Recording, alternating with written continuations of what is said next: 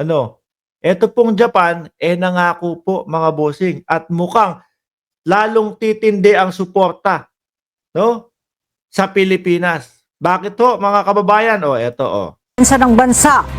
oh, game. Mag-iiyakan ho ang mga DDS dito mga bossing kasi pabor na pabor ho yang mga yan, 'no?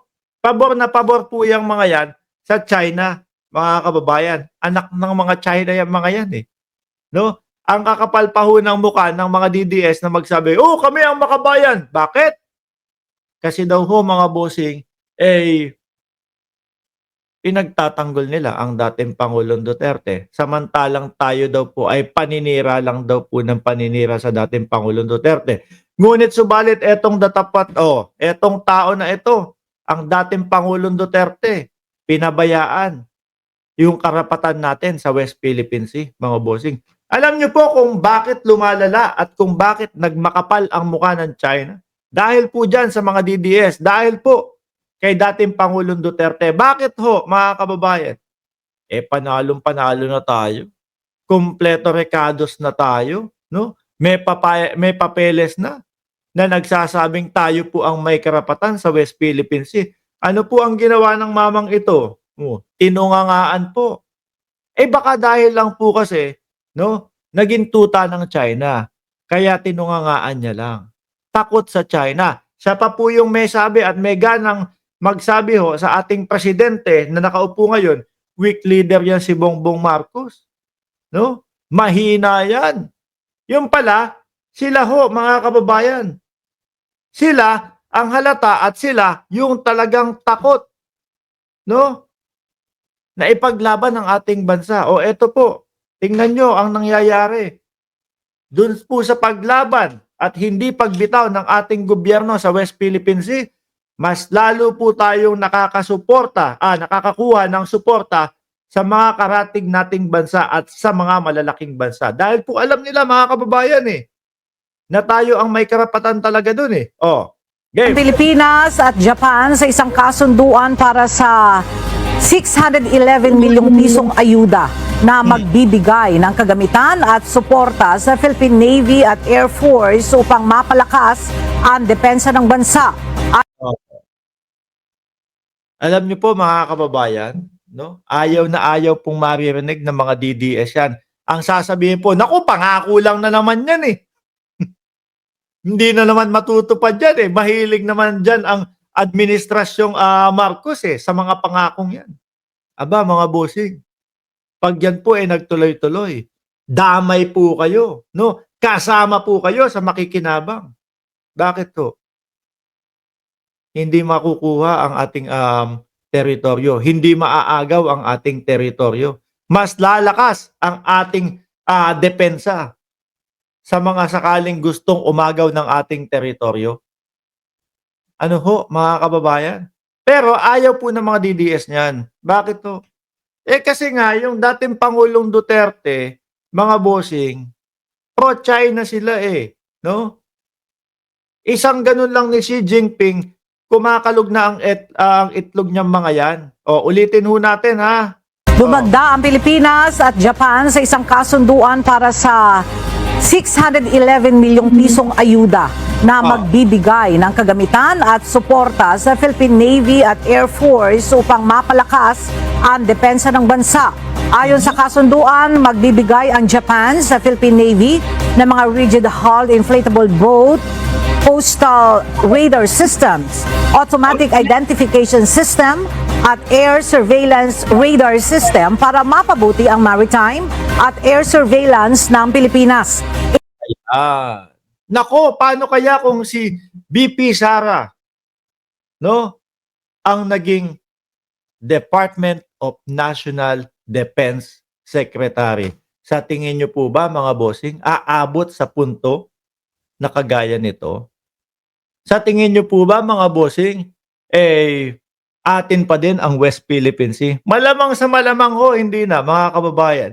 Baka po, yung ipinagmamalaki nila, nung panahon ni dating Pangulong Duterte, tahimik ang West Philippine Sea, walang ganyang bangayan. Paano ho hindi tatahimik mga bossing kung ano po ang sabihin ng China? Nakasunod na lang po tayo doon. Paano pong hindi tatahimik, mga kababayan? Hindi naman ipinaglalaban. Sabi nga ano sabi? Um, Wag nang kumpunihin yung BRP, Sierra Madre. Sabi ng China po yan. At sila naman, mga kababayan, nung sila po ay nakaupo, aba, sumusunod lang. Status ko lang, no? Sundan lang natin yung sinabi. Yung sinabi ng China para walang gulo. Baka bombahin tayo niyang mga yan Ang lagi po nilang idinadahilan, mga kababayan, nung kampo ni dating Pangulong Duterte, kulang tayo sa armas. No? Hindi tayo aabot sa China kapag kaganyan. Baka nakalimutan ho nila, mga kababayan, yung panahon po nila Andres Bonifacio, idol ni Robin Padilla. No? Ang mga gamit lang po ng ating katipunero, mga gulok versus doon sa mga beng-beng ng ibang nasyon. Tapos ito, sasabihin natin, naku, kulang kasi tayo sa kagamitan Kaya hindi natin maipagtanggol. Baka bombahin tayo niyang mga yan O, di ho ba, mga kababayan? Yung sinasabi nilang weak leader, yung sinasabi nilang mahina, yun pala, sila pala yung mahina. Yung tatay pala nila, ang tunganga. O, matitigas ang mukhang magsalita ng mga ganun. Yung pala, yung tatay nila, kawawa. Kaya ako, unti-unti akong naniniwala talaga kay dating Senador Trillanes na kung ano daw po si Duterte at kung ano daw po yung mga ginagawa ni dating Pangulong Duterte, ang gagawin niya daw po, ibibintang daw po sa iba, mga kababayan. Which is, eto na nga ho, nakikita natin, no? Ibinintang sa ating Pangulo, ibinintang kay PBBM, weak leader yan. Yung pala sila weak leader. Bangag yung Pangulo na yan. Tapos may mga usap-usapan na kaya pala meron silang laban kontra droga. Para yung kanilang yung kanilang produkto ang mas umariba. Yun po yung naririnig natin at umuugong na balita, mga bossing. Ano? Biruin nyo ho yan, mga kababayan. Tuloy pa natin. Air at Sea Defense. Itinuturi ng Japanese Embassy na mahalaga ang proyektong ito sa pagpapalakas ng regional security at ugnayan ng Pilipinas at Japan na magpapatibay sa kanilang strategic partnership. Buti pa ho ang Japan, mga kababayan, naniniwala. Pero yung mga DDS po, ay gusto ipamigay na po yung West Philippine Sea Ano? Yung mga DDS, hayaan nyo na yan, hindi na natin mababawi yan. Dahil daw po, kumbaga, sakop na ng China. Hindi na daw po kayang ipaglaban ng gobyerno natin. Kawawa naman po ang Pilipinas kung patuloy pa din po na Duterte ang nakaupo, mga bossing. Paano kaya, mga boss, kunyari, no? Nagkabaliktad ang sitwasyon.